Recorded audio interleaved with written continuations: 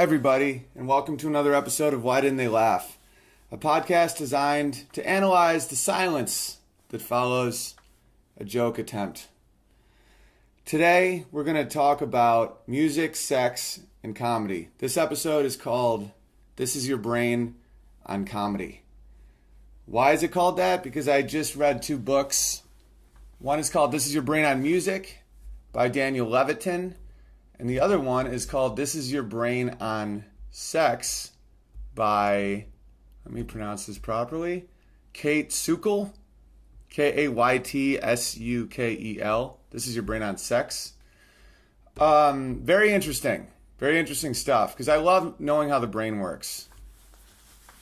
Because I like answers, especially in situations where there doesn't seem to be a lot of answers. And This Is Your Brain on Music was fascinating because I'm a musician, I'm a piano player.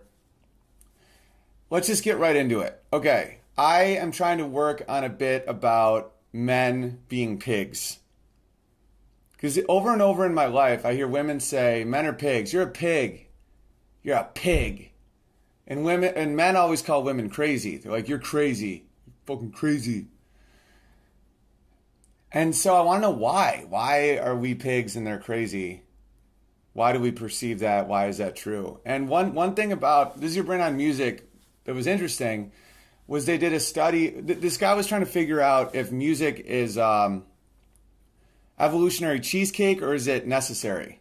Evolutionary cheesecake means it's a byproduct of language. And I'll explain why it's called cheesecake. Evolutionary cheesecake, okay, we crave fat and sugar to stay alive. We always have. We need fat and we need sugar to stay alive. And food used to be so scarce that we really crave fat and sugar because we're always starving. And now that there's so much food after the agricultural revolution and then the industrial revolution, that's why we like cheesecake, because it has so much sugar and so much fat in it that we find it like delicious. But it's really bad for us. This one scientist thought that music is just a byproduct of language, that we need language to survive. And so music basically triggers the same receptors in our brains that release dopamine that makes us happy, but it's really because of language. Daniel Levitin and a bunch of other scientists kind of disproved that by showing that music may have existed before language and that music is a sign of being sexually good. I'm trying to think of a word. Sexual prowess. Because music shows a lot of qualities in a person. You know, it shows that you're good at working in groups. You're good at organization. There's a peacocking effect where if you show you're musically talented, it means that you have enough resources to dedicate time to a skill that doesn't matter. It shows rhythm. It shows finger dexterity, which is good for the vagina. And it never went away. I mean, that's one thing. When a trait isn't necessary, usually they just die off. And music not only hasn't died off, it's increased. I mean, they found a flute made out of an extinct European bear that's like 50,000 years old. And if they're using flutes, I mean, that means the drum was like way older. And one thing stuck out to me in the book was the female brain is attracted to artistic men, but it's only at certain parts of their cycle. This is something very interesting about women, is what they're attracted to changes throughout the month. They did a study where a woman was described archetypes and given pictures and what they were attracted to based on different days in their cycle. And they found that when women were ovulating for 2 or 3 days a month, they were really attracted to poor and handsome artists. You know, artists that didn't have any money but had like defined jawlines, you know, brows, height, all that shit. Even though they didn't have any money, that's who they were more attracted to. And then the rest of the time, many times they were more attracted to wealthy men and men of social status. And it doesn't take a neurologist to put together why. Women want good DNA when they're ovulating, and then they want someone who will make a good father the rest of the time to keep the kid alive. There's a study in France that 10% of children are not from the father that believes they're the father. That's insane. That means that there's that many, like, women will have a wealthier father raise some poor artist's kid, and the guy will never even know. And I'm not saying that to be negative. I'm saying that to kind of show that women, because one of females' biggest problems with men is that we're sexually we're pigs. That even if we're in a committed relationship, even if we're monogamous, even if we're in love, even if we find our soulmate, if we see like a sweet ass, we look at it. And we're like, yeah. And then they get mad and they're like, do you look at that? And you're like, yeah. You know, you gotta, or you say no, and then they know you're lying. That's even worse. They're like, would you want to have sex with her? And then yeah, you're like, yeah. I wouldn't, but I want to. And they're like, oh, you're such a pig. And then the argument comes in about objectifying women. It's like, oh, you objectify women. It's like, yeah, I do. So I wrote this bit a while ago about advertising, about how advertising messes with women. And so here's the bit. This one totally works. This doesn't usually fit the mold for this show, but I have to play it because then the other joke won't make sense. This is a joke real quick. To set it up, it's about how women like weddings, women like love, women like families, and advertisers manipulate that emotion. So in commercials, they play very wedding-esque music. Check this out. There's nothing wrong with that. Embrace that shit. But what advertising companies do with that honest emotion is they manipulate women into wanting shit they don't need. Because they take that real thing and they fuck with it. Every Christmas, literally just watch any television, any commercial. It's like, this Christmas, give her what she's wanted all year. Women are like, what have I wanted? Show her that she is the core of your world.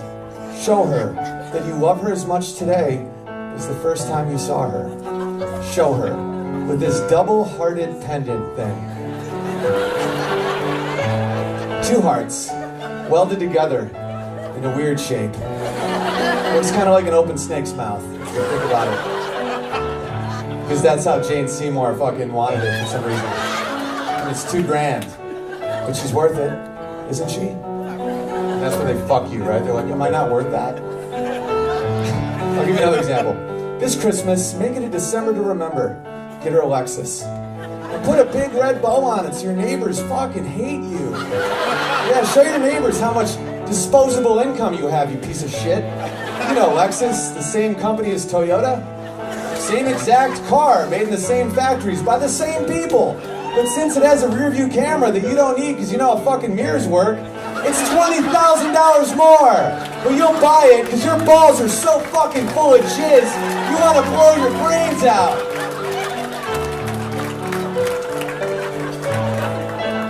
Jizz.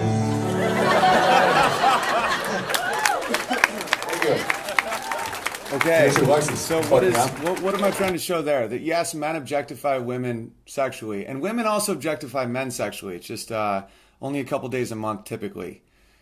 You know, some women do all the time. I know some women that are just exactly like guys, and I know guys that are more like women. It's not like an exact science, but you gotta go broad strokes when you're doing comedy because you have to appeal to the most amount of lives as you can, and yeah, like ask any woman about, you know, them, like Magic Mike. It's like, of course, women objectify men. But the point I'm trying to make with this is women objectify love, which is almost more insane. Where it's like that love is represented by a little diamond, a little rock, and that which has no actual value. Like De Beers literally keeps them in warehouses so that the prices are inflated. I mean, it's just like it's a worthless pebble, and that represents, you know, love, and that, you know, that's pretty intense. And I'm not against diamonds or anything. I'm just saying that if we're going to point out each other's flaws, that kind of stands out to me. And I started thinking about this watching Susie Orman, because she was talking, she always talks about money and debt and how to manage your money. And you see so many couples having money problems. And a lot of times it's from buying things that don't enhance their life or their children's life at all. It's things, just things. It's not education. It's not a home that can increase in value. It's just stuff. It's shit. And, a lot of marriages are destroyed because of money problems, like debt. And just money is usually the root of most conflict in a marriage. But for some reason, a man looking at another woman gets so much more airtime. It's like Ebola. It's like everyone's like, oh, that guy is such a fucking pig. And I'm like, okay, let's look at it from the other perspective. So I started working on this song. Obviously, it starts bombing at first because what I'm trying to bite off here is pretty insane. Like, this is like kind of holy grail shit. It's like you don't justify male lust. Because another thing I thought about is how open women can be about their crushes. They're like, oh my God, Justin Timberlake, he's so hot. Or like the dude from The Notebook, like, oh, his abs. And guys have to just be like, oh yeah, that's cool. Go to the concert. No, it's fine. It's like, I'll buy the tickets. And usually guys even like it. We're like, oh yeah, when she comes home from the Timberlake concert, she's going to want to get busy because she's so horny. Yeah, read 50 Shades of Grey. Hell yeah, it'll put you in the mood. But can you imagine if like a guy's favorite porn star comes to a strip club and you like really want tickets? Like, would your girl buy you the tickets and sit there as you stare at their tits? Of course not. Like I do a bit about deeper, where it's like acceptable for women to say deeper during sex, where it's like deeper, and you're like that? It's like deeper, it's like that. And the joke is like, do you think we're holding out? Like, do you think we have any more penis to give you? Like when a woman says deeper, that means that they think that we have some dick in the bank that we're keeping off the market, where it's like deeper. It's like, no, baby, you don't get that last inch. That's for me. It's like deeper. No, that's all you get. You don't get to swim in the deep end. And how absurdly offensive it would be if a man said tighter. It's like, tighter, baby, tighter. I'm not a chauvinist. I'm not anti-woman in any way. I'm just anti-hypocrisy. And I think women have a right to be more, women make babies. They can make life. They deserve more respect than men in a lot of ways. But, you just hear so much shit about men just being pigs. So here's a first attempt at this song. And, bear in mind, songs will almost always get some sort of applause at the end. But that's just because you're playing music. But these are bombs. This is all bombing. I'll show you. What are you talking about? All right, here we go. Ladies, ladies, you know that feeling when you see some new shoes and you say, I fucking love those shoes, even though I already have like 1,000 pair. I can't really afford them, but I fucking deserve it, 'cause I work hard all day. I really just wanna be inside those Jimmy Choos. Well, ladies, that's how we feel about pussy. It's gonna be inside there. Do you ever know? No. Yeah, that one, One thing I don't like the word ladies coming from a male comedian's mouth. You just sound, I say it sometimes, but if you say it too much, it sounds a little hacky, where you're like, listen, ladies. Also, Jimmy Choos, very specific. I just wanted something to rhyme with shoes. I was kind of making up as I went. I don't think I set that up properly. There's just a lot wrong with that. So I give it, here's another try. Here's the song. It goes, ladies. I'm making this up right now. I got it. Ladies, you know that feeling when you see some shoes at the store and you say, I love those shoes, even though I have like 20 pair and I probably can't afford them, but I work hard for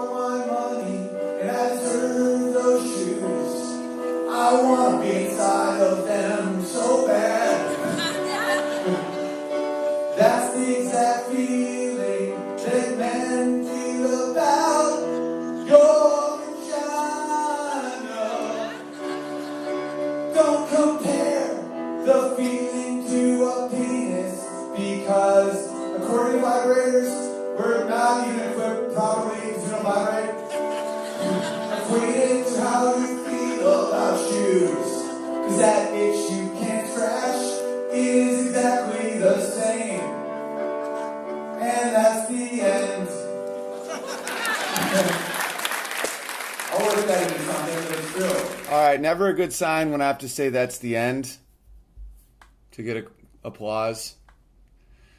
One thing I've noticed, women don't like the word vagina. They always say they do, but they don't.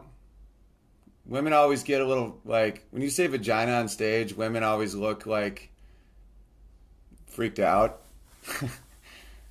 You know, and when you say, like, pussy, they're like, if you say cunt, obviously you probably go to, like, prison. If you say pussy, it's like, oh, you're pig. Vagina, it's like, you know, that's weird. I don't know if you can tell. I'm kind of in a bad mood today, but we're getting through it anyway. Fuck it. I'm a little negative. But, yeah, I'm trying to get there with this song. I do figure out what to do. It's not completely fixed yet, but I'll show you why I played you the canon in D thing in the beginning, because that's kind of that's kind of necessary. Because the thing about mating, this is your brain on sex, kind of goes through it. I mean, we're talking about like dopamine and oxytocin released in your basal ganglia of your brain. It's like there's shit that we have no control over. And men feel a lot of guilt about that. We feel like guilt when we just want to fuck somebody, and then your girl's like, that hurts me so bad, and you're like, well, I'm sorry. And I wanted to understand why we feel that way. Like, why is that? Like, why can someone just do that? And it's because our DNA is too old. It's like our DNA still thinks that it's like 50,000 years ago, and men still think that they have to like have as much sex as possible before they die. And they used to die at like 16, 20, by like a ice sheet fell on their head, and then a woolly mammoth fucked them or something. And women like have that paranoia where they think that like if a guy doesn't come home that they'll die. And that doesn't happen anymore. I mean, if your guy messes up, you pretty much just get a check in the mail and you get to bang the pool guy anyway. Okay, here's another shot at it. Because women equate sex with falling out of love. That's why they fucking hate us so much. That's why they're like, you want to fuck her? What's wrong with me? It's like, nothing's wrong with us. It's everyone. I want to fuck everyone. Like, there's nothing wrong with you. There's nothing wrong with any of them. So I wrote a song to help explain to women what it feels like for us, because they just don't understand. I feel like if they understood, they would get it. So this is my attempt. That's the beginning of, what's that song? I heard. I'm sorry. That fucking Adele song? Alright. That you. How's that go? I heard that you settled down for her fucking. Never mind on someone like you. I didn't realize that was the same opening chord. It's weird. Alright, anyway. Hey ladies, you know that feeling when you see a bag at the store. You already have 10, but you kinda want that one too. Even though you're in credit card debt, you feel you deserve it, 'cause how hard you work, even though you have a bag better at home. But you'll still buy it, 'cause you wanna be inside of it. That's how we feel about pussy.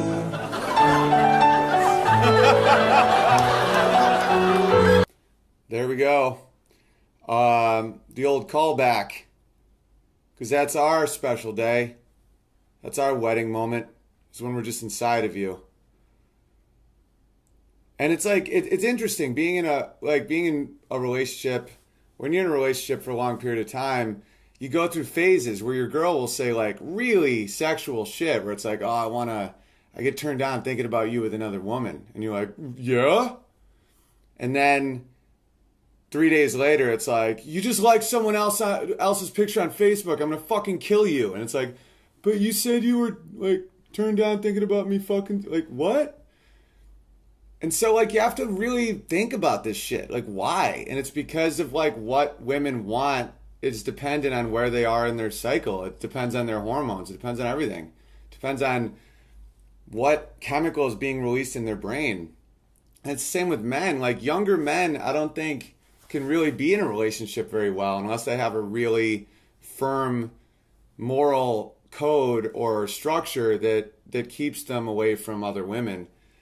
The older you get, the more that you can weigh things and think in terms, you know, you have like more experience and more wisdom where you can look at a stranger and just be like, I would wake up dehydrated and guilty, and it's not worth it, you know? But the desire's there.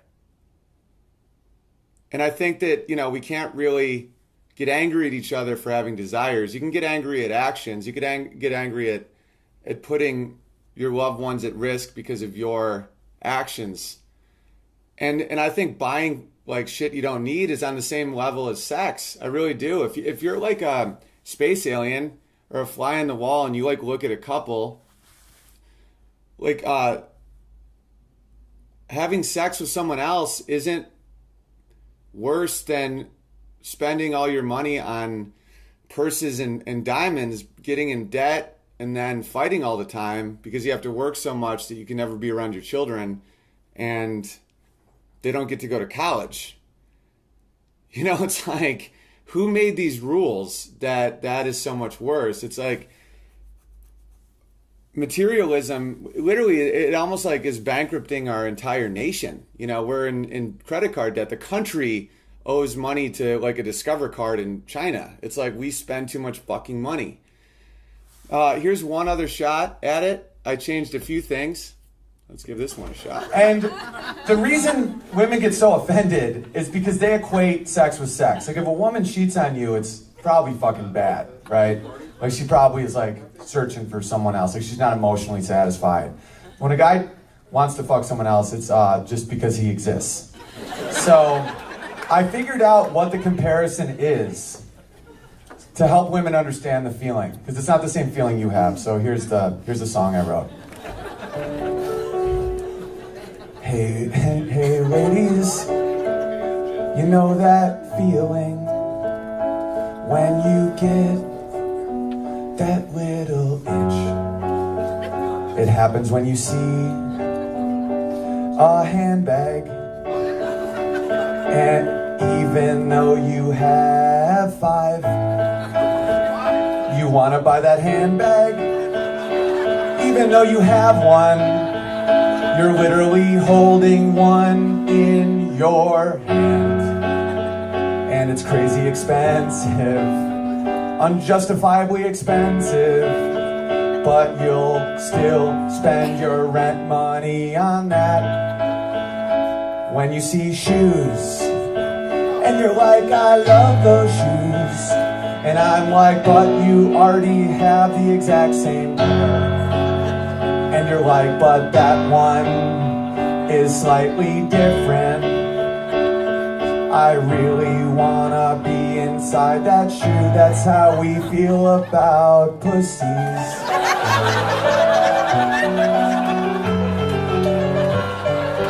Oh, look at that one. Oh, no way. What's that one? Oh, what's that one like? Oh my God, I'm on a shopping spree.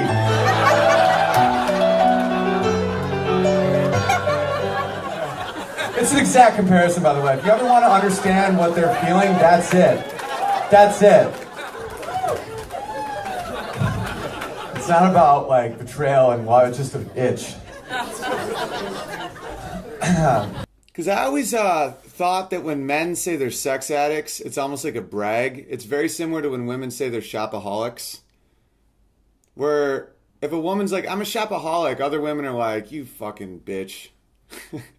Like, way to rub in that you have more money than me to do what you want. It's the same with guys. Like, when you ever see, like, famous guys and they're like, I'm a sex addict, it's like, all right, guy. And, yeah. So music, sex, and comedy are all very similar in the fact that it releases dopamine in your brain that allows you to feel more communal with the people around you. Orgasms, songs. It's all about safety. You know, it's about feeling safe. That's why people become fans of yours, and then they feel safe to enjoy it. That's one of the points they made in This Is Your Brain on Music. Like, for example, Wagner. people don't really get on board with Wagner because of his close relationship with Adolf Hitler, that Hitler loved Wagner, and people get a little nervous to like enjoy Wagner. It's the same with comedy. It's like if you see a comedian and you think, oh no, he's going to attack me, he's going to swear, he's going to attack my religion, he's going to do all these things that are going to make me feel uncomfortable, they're less likely to laugh. It's very similar with sex, where it's like, if this person isn't safe, I'm not going to have sex with them.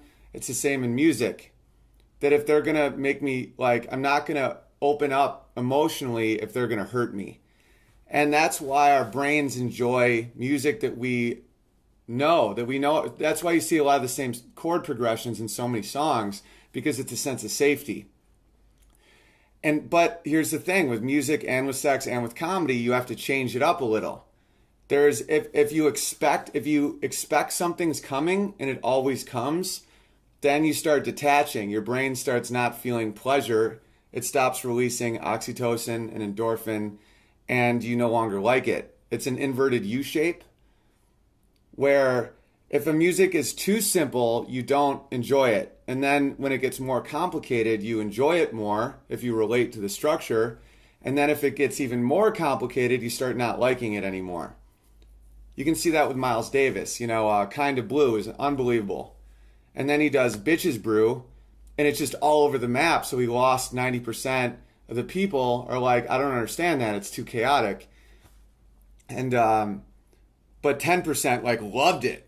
Very similar with comedy. You'll see like some crazy out there concept that a small amount of people will find brilliant, and most people don't. And then you'll see like Larry the Cable Guy, which is very simple, or the dude smashing watermelons, or Carrot Top, and it's simple, but it people like it because they know what to expect. They're like, he's going to say some shit and then he's going to smash a watermelon. I like that. But his career didn't maintain because everyone's like, will you smash a grapefruit? He's like, no, I smash watermelons. And they're like, well, you got to change it up. It's the same with love. You get in a routine with someone where that feels good, where there's things about them that you do every day and you look forward to every day. But then every now and then you got to change it up a little and do something spontaneous to keep your brain active. Because the parts of your brain that are in lust is different than when you're in romantically in love, and it's different from a long-term pair bond. And it takes actual effort to maintain all those parts, You got to touch a lot. They've done studies on monkeys where couples that are touchy, that touch a lot, maintain stronger bonds, have a higher dose of oxytocin. And there's so much in those two books that I just recommended that there's no chance I can possibly cover all of it. Music evokes emotion, and emotion is linked to memory. That's why soldiers or rape victims or any of these people that have experienced trauma remember it so clearly, because that's what post-traumatic stress is. It's when you experience heightened emotion, your brain locks onto what it sees and hears and smells. That's why some of these people have such a hard time after, because they can relive it so intensely. And the good side of that coin is comedy and music and sex, where that's why I like to play piano sometimes with jokes, because music will make you feel. And then when you feel, you're open to more words and more concepts, and you have a higher chance of remembering it and keeping it inside you because you're affected. And any performer has to affect you. They have to affect you in some way. So I guess that's my job, is to affect. And I'm trying to do it. But it takes some work. I'm looking at some other notes I wrote. This is already kind of a long one.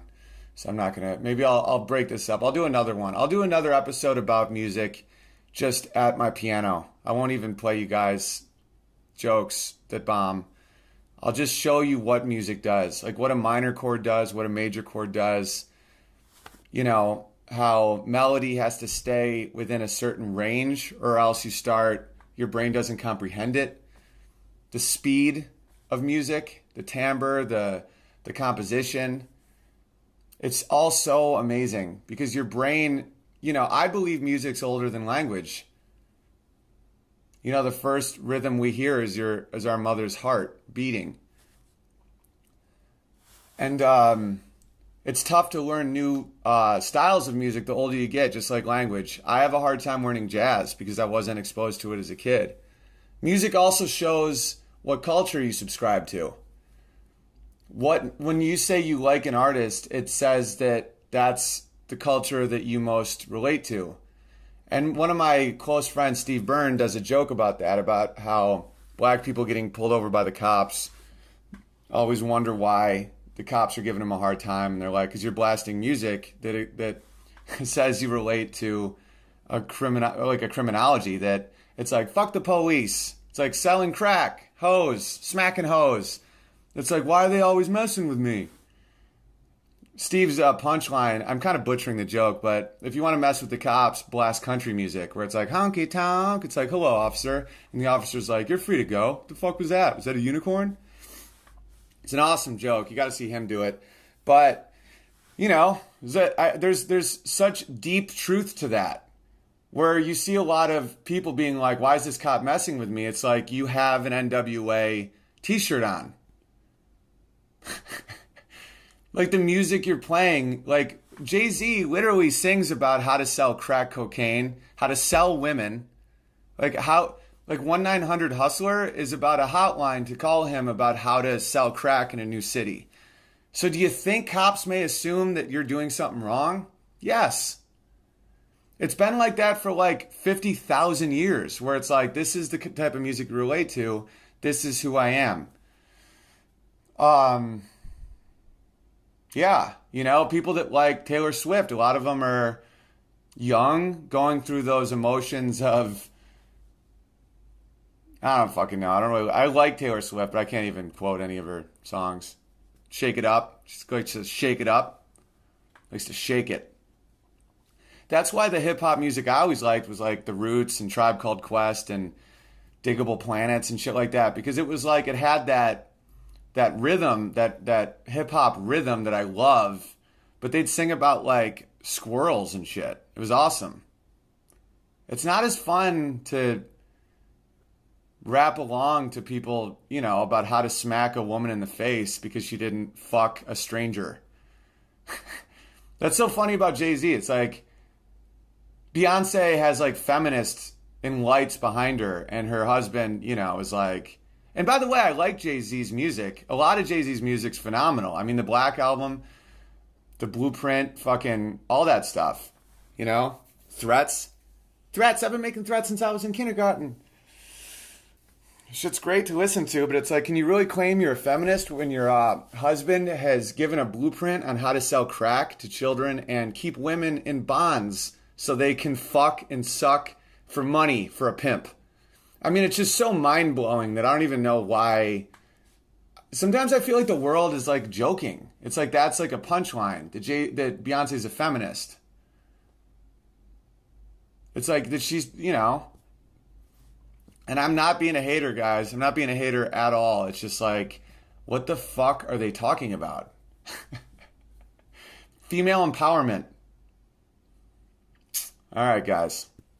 This episode has been very negative, and I should have come in with a positive attitude, but the whole point of podcasts is just long-form honesty, I guess, and that's just the fucking truth. So, enjoy, and really think next time when you're like thinking that a woman's crazy or that a guy's a pig, think about what about their brain is telling them to do that, and is it really worth arguing about? All right, guys. Have a good day. Stay hydrated. Later.